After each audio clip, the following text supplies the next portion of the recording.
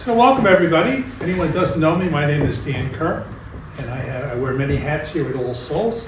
It's my privilege on behalf of our congregation here and our priest in charge, our vicar, Father Wetmore, to welcome you here to our monthly Saturdays at 6 program. Recognize that many of you are here to listen to the wonderful music performed by Kathryn, but please know that we do these concerts every month, either the first Saturday or the second Saturday of the month. And someone always calls me and says, what time is the Saturdays at 6 concert? And I always remind them it's at 6 o'clock. So again, my name is Dan Kerr, and I'll be your host this evening. And it's thank you for coming out on a cold night. I have a particular appreciation of how cold it is because my wife and I just returned from a week in Jamaica. No, I don't mean Jamaica, Queens. So it's a little bit colder than it was up until a couple of days ago.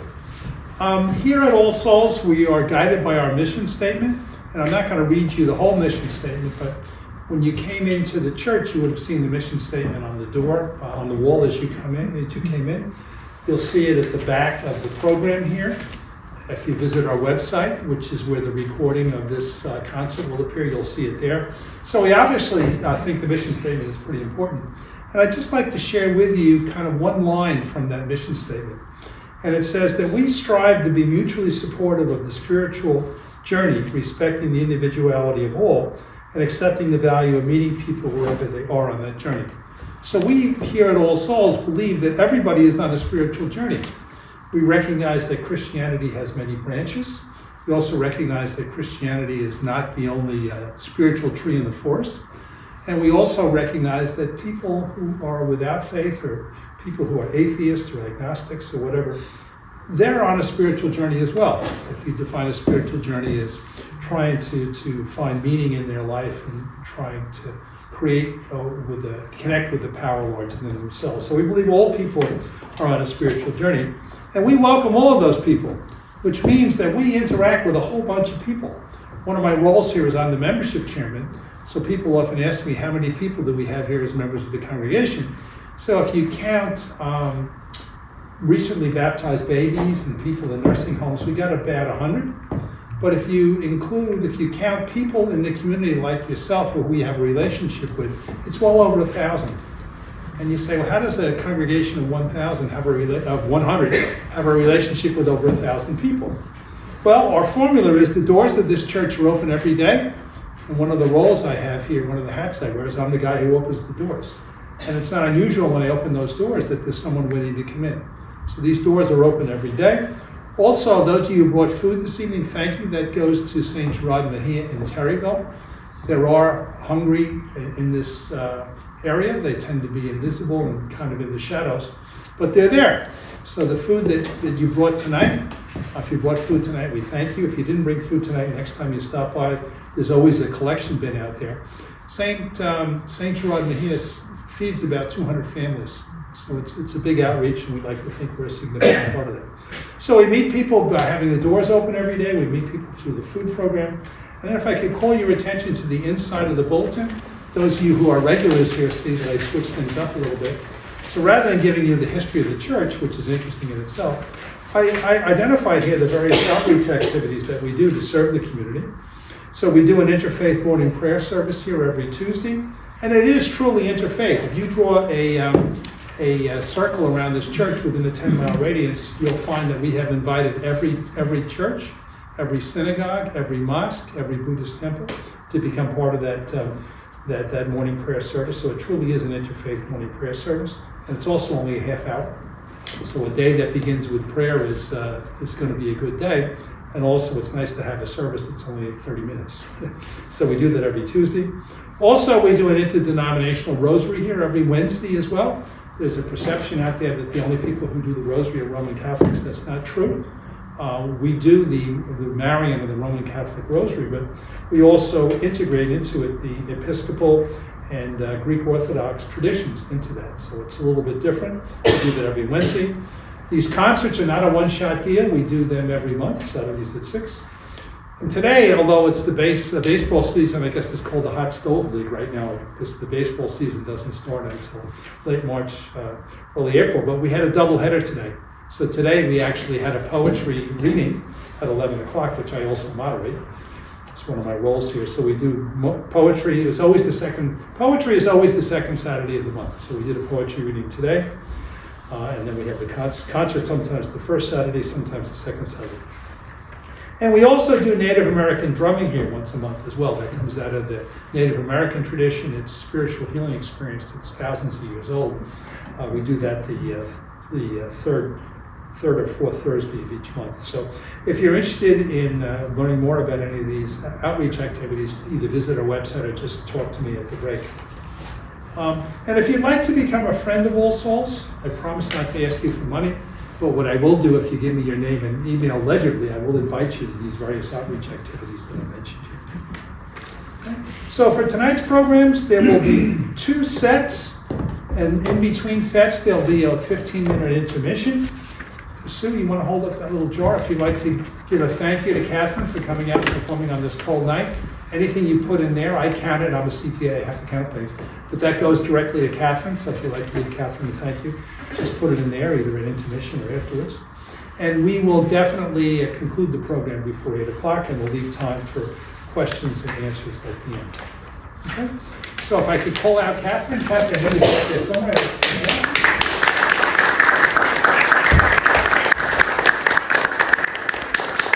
I asked Kathryn to send her bio, and if I read her whole bio, we would never end by 8 o'clock. So I just identified a couple of highlights, which I had saw in her bio. So Kathryn has a doctorate in clarinet performance from Stony Brook University.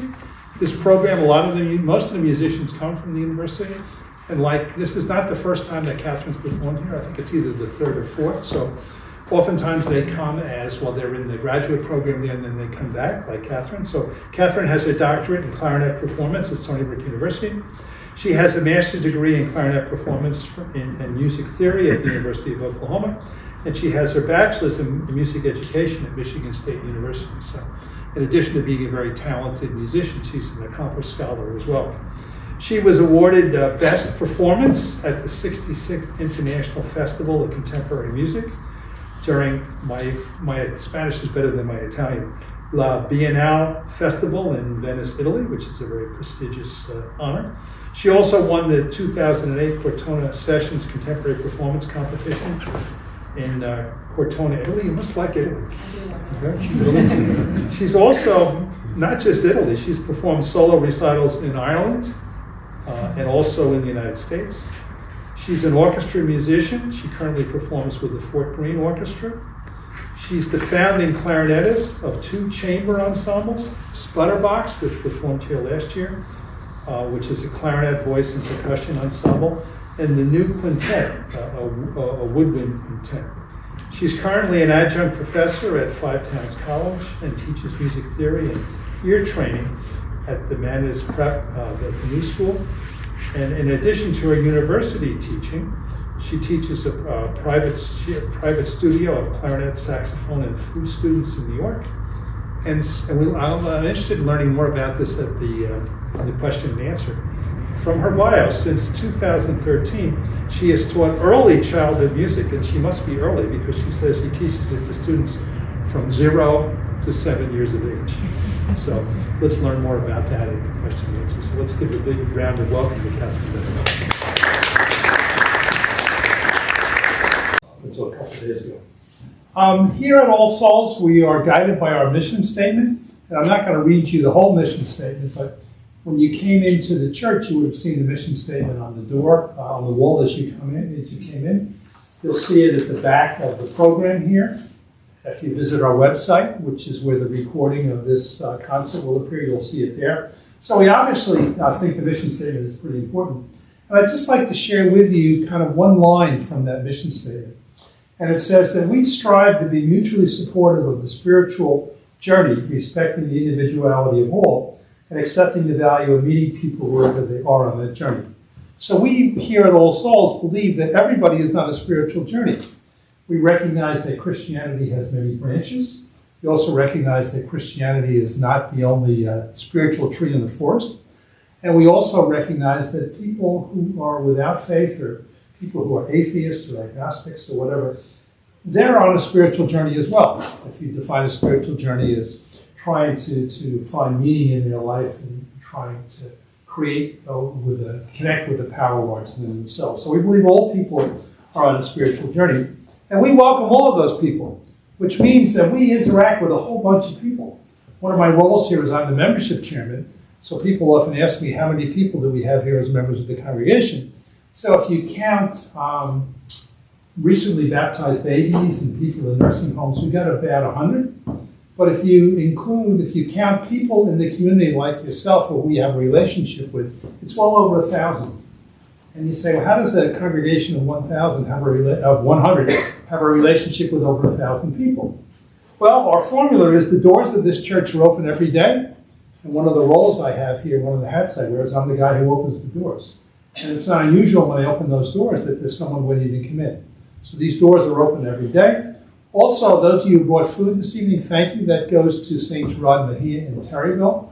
There are hungry in this area. They tend to be invisible and kind of in the shadows, but they're there. So the food that you brought tonight, if you brought food tonight, we thank you. If you didn't bring food tonight, next time you stop by, there's always a collection bin out there.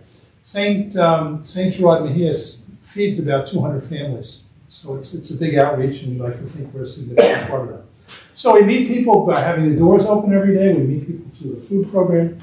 And if I could call your attention to the inside of the bulletin, those of you who are regulars here see that I switched things up a little bit.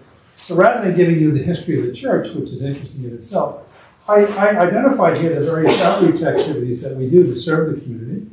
So we do an interfaith morning prayer service here every Tuesday, and it is truly interfaith. If you draw a circle around this church within a 10-mile radius, you'll find that we have invited every church, every synagogue, every mosque, every Buddhist temple to become part of that morning prayer service. So it truly is an interfaith morning prayer service, and it's also only a half hour. So a day that begins with prayer is going to be a good day, and also it's nice to have a service that's only 30 minutes. So we do that every Tuesday. Also, we do an interdenominational rosary here every Wednesday as well. There's a perception out there that the only people who do the rosary are Roman Catholics. That's not true. We do the Marian of the Roman Catholic rosary, but we also integrate into it the Episcopal and Greek Orthodox traditions into that. So it's a little bit different. We do that every Wednesday. These concerts are not a one-shot deal. We do them every month, Saturdays at 6. And today, although it's the baseball season, I guess it's called the Hot Stove League right now. The baseball season doesn't start until late March, early April, but we had a doubleheader today. So today we actually had a poetry reading at 11 o'clock, which I also moderate. It's one of my roles here. So we do poetry. Poetry is always the second Saturday of the month. So we did a poetry reading today. And then we have the concert sometimes the first Saturday, sometimes the second Saturday. And we also do Native American drumming here once a month as well. That comes out of the Native American tradition. It's spiritual healing experience. It's thousands of years old. We do that the third or fourth Thursday of each month. So if you're interested in learning more about any of these outreach activities, either visit our website or just talk to me at the break. And if you'd like to become a friend of All Souls, I promise not to ask you for money, but what I will do if you give me your name and email legibly, I will invite you to these various outreach activities that I mentioned here. So for tonight's programs, there will be 2 sets, and in between sets, there'll be a 15-minute intermission. Sue, you want to hold up that little jar if you'd like to give a thank you to Kathryn for coming out and performing on this cold night. Anything you put in there, I count it. I'm a CPA, I have to count things. But that goes directly to Kathryn, so if you'd like to give Kathryn a thank you, just put it in there, either at intermission or afterwards. And we will definitely conclude the program before 8 o'clock, and we'll leave time for questions and answers that you need. Okay? So if I could...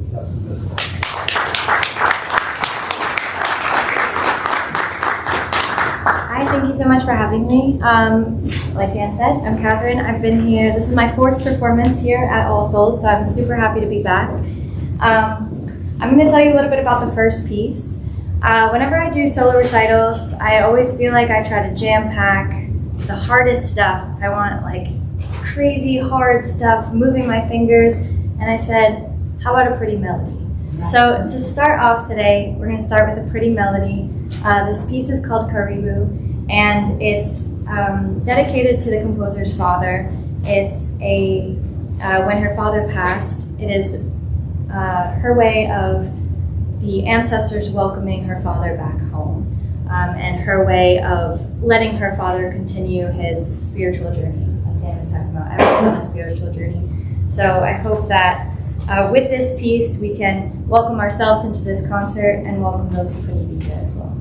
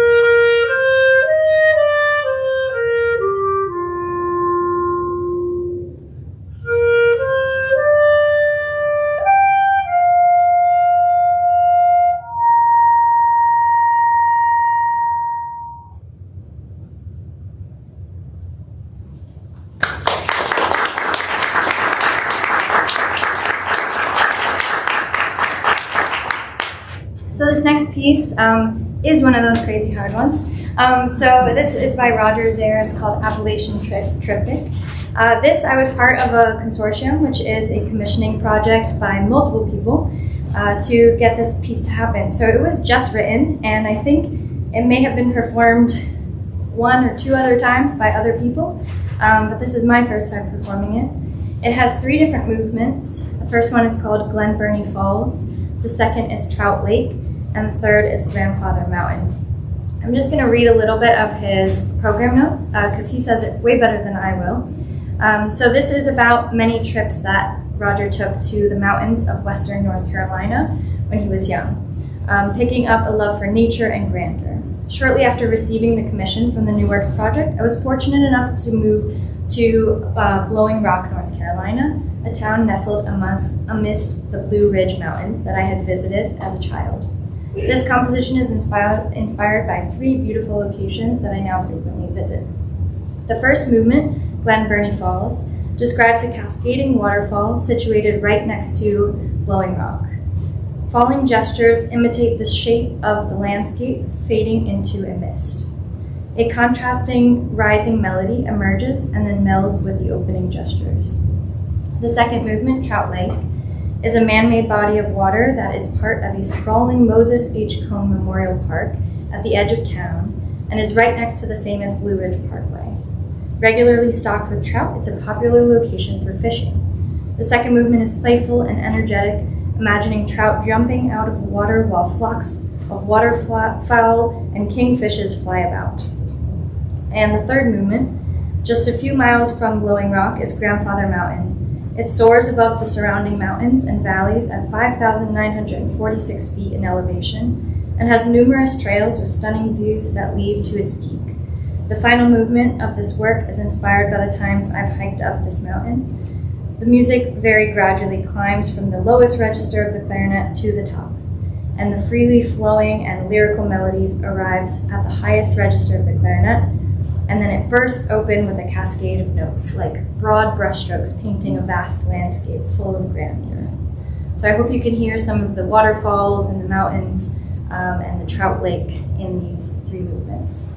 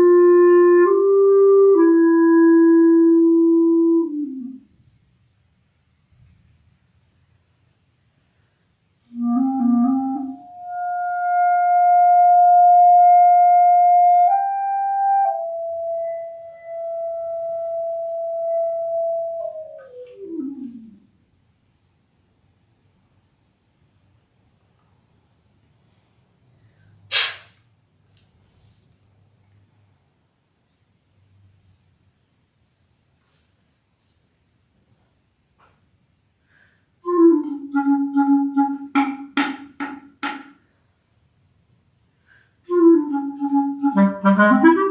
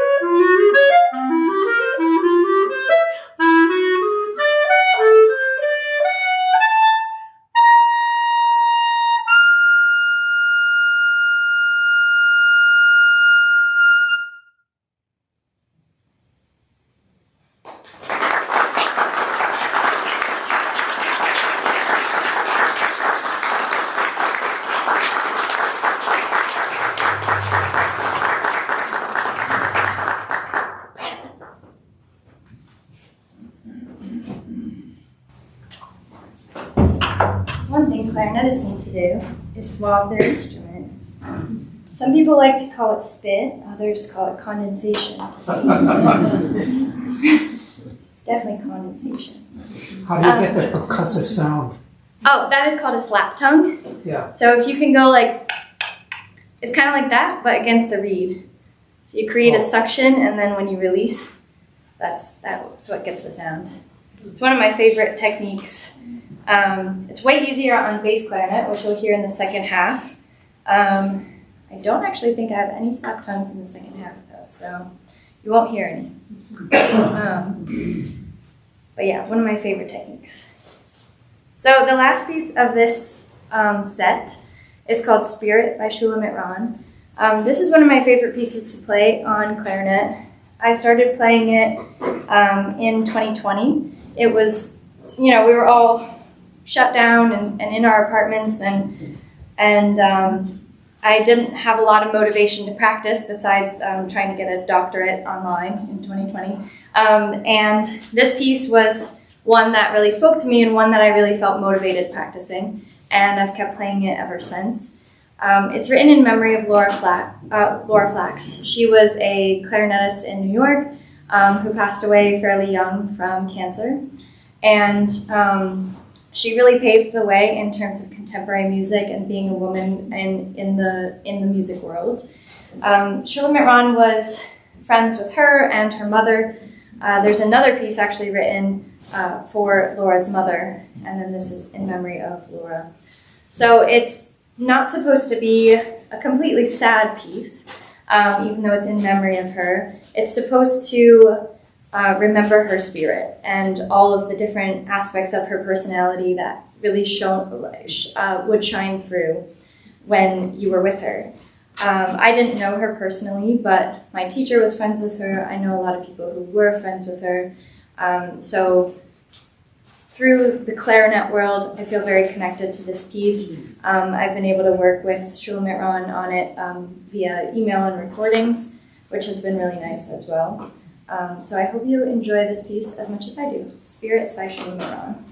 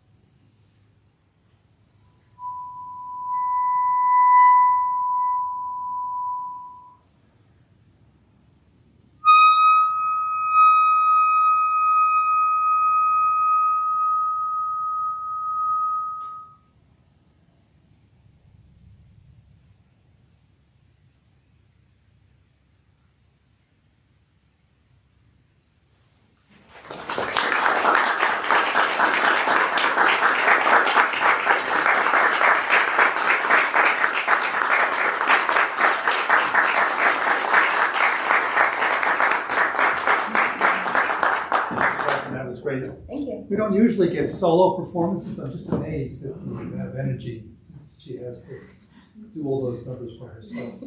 So thank you.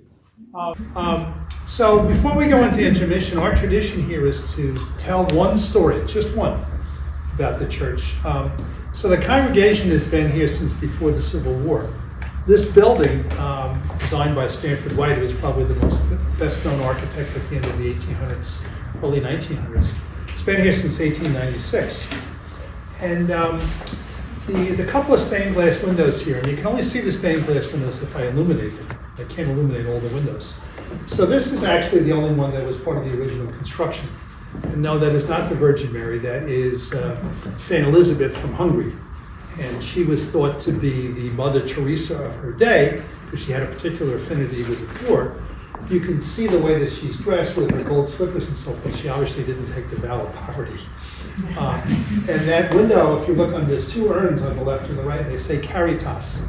And back when I was growing up and I was an altar boy in the Roman Catholic Church, the Mass used to be in Latin.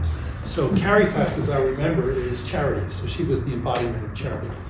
But that's not the window I want to talk about. But that's the only one that was part of the original construction. I want to call your attention to the window on the left. And stained glass windows used to be more important years ago, particularly the great cathedrals of Europe, than they are today, because most of the congregation couldn't read. So the purpose of the stained glass window was to tell the story. Now, we're going to make this a little bit interactive. Look at that window, which is the visit of the three wise men. And I'm going to move Kathryn's stand here for a second. Careful not to damage your computer. And look at the manger scene on the front. And if you look on the lower right-hand corner, you'll see the three wise men. Okay? So when you think of the visit of the three wise men, what inconsistency do you see between that manger scene and that stained glass window? Someone other than my wife who knows the answer. What do you notice difference? Now, I don't know about you, but my knowledge of Scripture, the most moving reading of the Gospel of Luke that I ever heard was done by Linus in the Charlie Brown Christmas special. So he told the story of the manger. So most people, when they think of the visit of the wise men, they think that the wise men came and visited the manger. Okay? And then you look over here at the stained glass window, and I don't know about you, but I don't see a manger. What do you see? A house. And those of you who see a house, the reason you see a house is because the one who actually describes the visit of the wise men is not Luke. It's Matthew. And the Gospel of Matthew, don't worry, I'm not going to read you the whole chapter. But chapter 2, he says, and then they came into the house. They saw the child with Mary, his mother, fell down and worshipped him. And when they opened their treasures, they presented him gifts of gold, frankincense, and myrrh. So the one that's the accurate story of the visit of the wise men is that window, not this manger scene. We've kind of combined them all together. Okay? Now, the gold. Why did the wise men bring gold? Well, gold is fitting for a king. So they recognized Jesus as a king. Frankincense. Why did they bring frankincense? Frankincense is something you would bring to a priest. So they recognized Jesus as a priest. And myrrh. Myrrh, I'm going to leave aside the images I have from Monty Python, Life of Brian. Myrrh was appropriate for a prophet. So that's why they brought him gold. He was a king. Frankincense, he was the high priest. And myrrh, because he was a prophet. Now, who were these guys? Who were these wise men? They weren't actually kings. Why are they called three kings? Because all the prophecies, you go back to the Old Testament, they always looked at the Old Testament as everything was predicted in the Old Testament was supposed to happen. Somewhere in the Old Testament it says the kings would come and visit the child. They weren't actually kings. They were Zoroastrian priests. And Zoroastrian priests, you say, well, Zoroastrian, what is that? Well, that is a religion that still exists today, and we call it Iran today, but it was Persia. And they worshipped a deity known as Ahura Mazda. So if you have one of the Mazda automobile, that's actually named after a god. Okay? And that was the namesake of the car. So the wise men were actually Zoroastrian priests. And the question I leave with you as I close the story, we call them the wise men. Well, what made them so wise? Well, number one, they were very learned men. They were very well educated. They had studied the stars. They had studied scripture. So they were learned men. That made them wise. And perhaps more important, they came to worship what they thought was the true God. Even though they were Zoroastrians and worshipped a different deity, they came to worship the Christ child. They recognized him as God. And the third reason, probably most, and I think most important, before they visited the Christ child, they went and they made a call on King Herod. And King Herod said, "Oh, King of the Jews, let me know where this child is once you follow this star and you find him, so I can come pay him homage too." Well, that's not what Herod had in mind. Herod wanted to kill the newborn king. So they went home by a different route. So why were they so wise? They were learned men. They came to worship God, one true God, and they went home by a different route. So that's the little story today. Now, as far as intermission, I remind you that, so you want to hold up that little bin. If you want to leave a thank you for Kathryn, please leave your thank you there. I'll leave the blue. I use different colors each time. So here's the Friends of All Souls list. If you want to be listed here and get invitations to future concerts, future poetry readings, and future Native American drumming sessions. The intermission, I'm going to time it here, will be 15 minutes. And with my wife, Susan, a round of applause for Susan, our bartender. She also leads the rosary here too, so it's kind of a new combination. What church has a bartender who leads a rosary? Anyway, so she will be serving Chenin Blanc from South Africa. She will be serving a Italian wine, which I've been told by my vintner is the most popular, and they didn't no ambiguity here, the most popular Italian wine consumed in England. It's called Il Papavero, so it's an Italian red wine, but it's very popular in England. Unless you think all we do here is drink. We also have water for you. And there are, I feel like a stewardess when I say this, there are 2 trash bags. So there's a trash bin at the front, and there's a trash bin in the back. Just put your empties in there. And we do not have a pretentious person dressed in a tuxedo who comes and rings a triangle like they do with the Met. We do something far more impressive. We will dim the lights and we will ring the bell to let you know when it's time to come back. So let's please take a 15-minute break. Enjoy yourselves. See you shortly.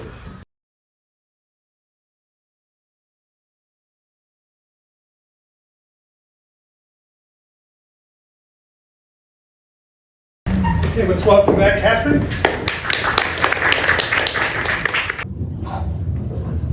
All right, thank you for coming back. This second half is going to be entirely on the bass clarinet. So if you've never seen one of these before, it is a bass clarinet. And this first piece is called Huracan by David Voss, which means hurricane. David Voss is a good friend of mine, and he is also a singer-songwriter. So if you look him up on streaming services, and if you listen to the song Everything is Evergreen, you will hear a clarinet solo. That's me. I love his singer-songwriter stuff, but I also love his compositions. I've played this piece a couple times. It was originally written for Barry saxophone, and then he wrote it for bass clarinet, and I love it, so I hope you do too.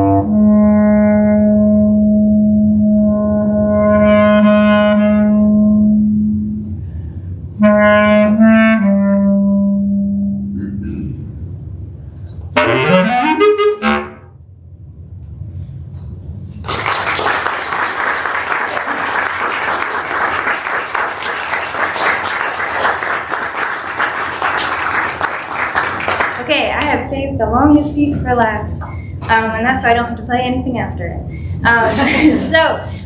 Who here knows Paganini? Anyone heard of Paganini before? Awesome. Okay, so you will probably recognize, and even if you don't know who Paganini is, you will probably recognize the theme of this piece. It is very famous, but it is never, until now, played on bass clarinet. So you will recognize it, but maybe not on this instrument.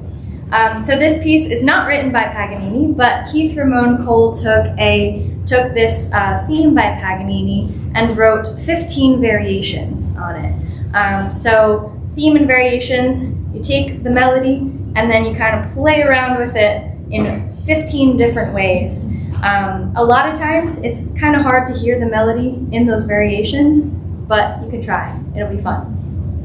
So this is Excursions, Variations on a Theme of Paganini for the Bass Clarinet by Keith Ramon Cole. Before I play this, again, thank you to Dan and All Souls Church for having me. I love coming out here and playing. I started when I was in Stony Brook in school, and I love coming out with a bunch of different groups, and then this is my first solo time here, so very excited to be here, and thank you for having me.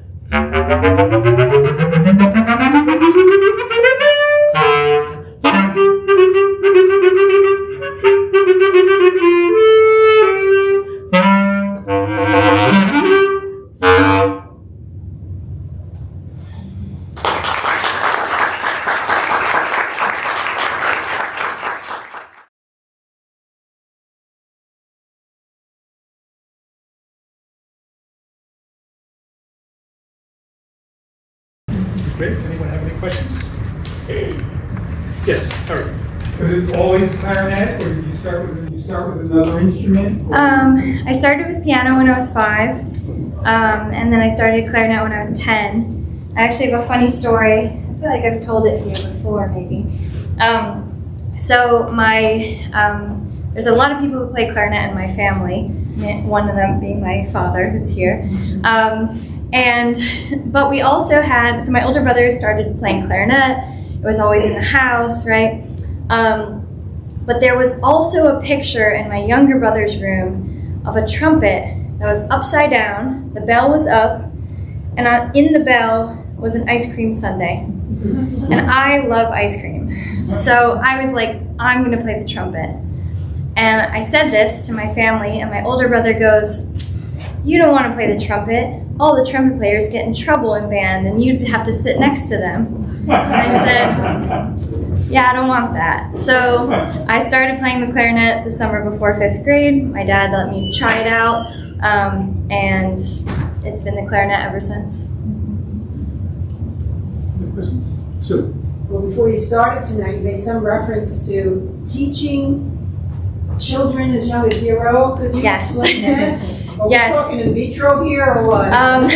There are classes for that, but I don't teach them. My youngest student was 17 days old. Oh, how good. They were a sibling of another student in my class, so that's why they signed up for the class. But there are benefits. So the curriculum that I teach is based off of learning music like we learn a language, right? So you wouldn't say, oh, I'll wait to teach my child how to speak when they're 5, when they go to school, right? When they come out, they are already absorbing everything. They're absorbing the language, right? I speak English because my parents spoke English around me and the adults around me spoke English. So we're always absorbing from day 1. So the classes are meant to teach music just like we learn a language. Do they tell me they read it that? But I'm really They do not read at that young, but they do. So for the biggest example I have is when an infant babbles, right? They start to make sounds. We might say, "Oh, do you want your bottle?" Right? We're interpreting that sound as language. And in our classes, instead, we interpret that sound and bring it back into a musical context instead of into a language context.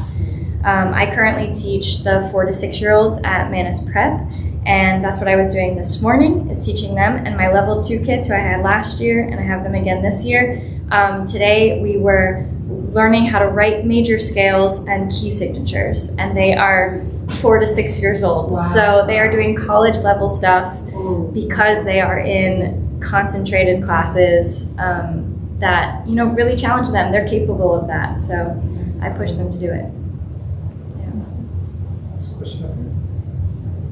Yeah, I was gonna say, I've seen Kathryn work with babies and her nieces, right? And they can mimic what you're doing.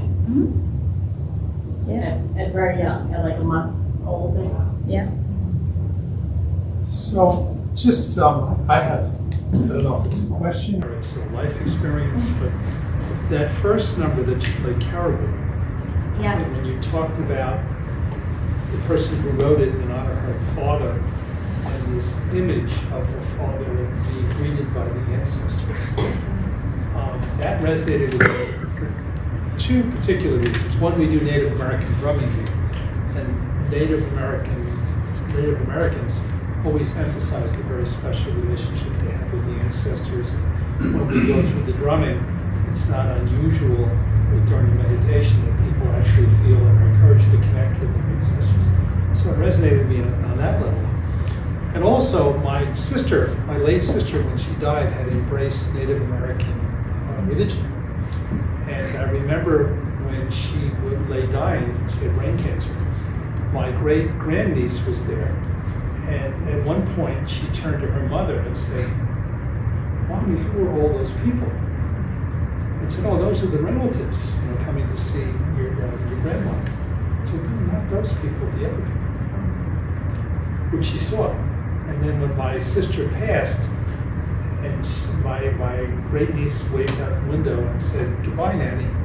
So she kind of had this vision, the young child, of her grandmother walking along with the ancestors. So I was wondering, in terms of anything else you can share in terms of that piece, in terms of the belief structure or the experience that maybe resulted in that piece. Yeah, I don't know if I can speak too much about that. There's a very short program note for that.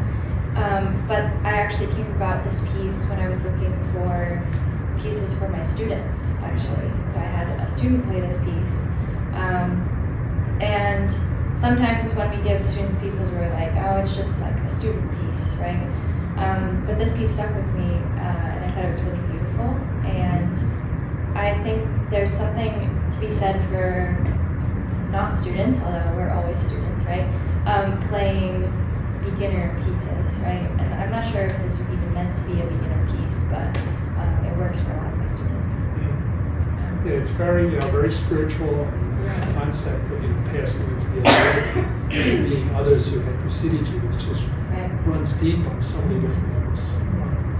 I also had spent a while studying South African culture. The Zulus and the Xhosa have beliefs as well, where they actually worship the ancestors. So, good. Any other comments or questions? If not, we're going to ask you to hang out for at least one picture. Of course. And let's give Kathryn a big round of applause.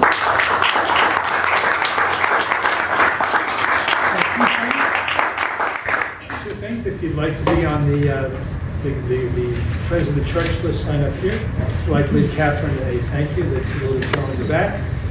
Next, 3 upcoming concerts. Again, we do this once a month on February 1st. And I think all of these musicians are all connected with the university in some way. Peter Horacio and the Long Island Brass Ensemble will be here on February 1st. This program will showcase the range of possibilities found in the brass chamber music and will be incredibly diverse.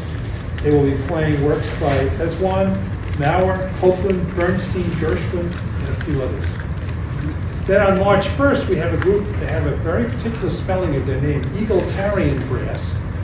And they spell it, this always catches up in spell check, Egal, and they put G-A-L, and they capitalized Egal. And the reason for that, this is a group of all women brass musicians, which is quite rare. Apparently women, the brass musicians, are kind of like women in science. There are not as many of them as they should be. So this program will feature a diverse program of new music, of brass music for the Renaissance, music by Hildegard von Bingen and Leonora Duarte, to move to more groove-oriented works by Gweth Walker and the brass trombonist Gina Balajeras Lopez. They will also perform tangos, that sounds bring it back to Argentina, by Astor Pizziola, episodes of musical commentary several days of the week with Kathryn Copley, and a new work by Lillian Yes dedicated to exploring human relationships and connection. And then on April 5th, a very shy and retiring person by the name of Octavio DeLucci, who describes himself as the greatest Brazilian guitarist. So I'll let you experience that for yourself. So thanks for coming. We hope to see you again.